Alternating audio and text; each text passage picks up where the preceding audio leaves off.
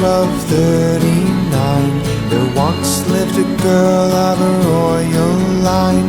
The ancient stories do recall she was the fairest of them all. In a castle made of stone, every night she slept alone. Any noise that would raise the dead couldn't wake her sleepy head. Oh,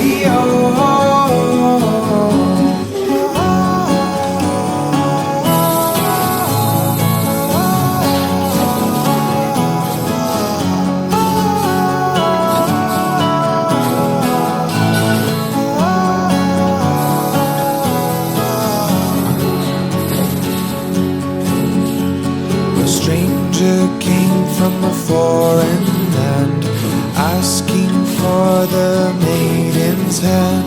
Her father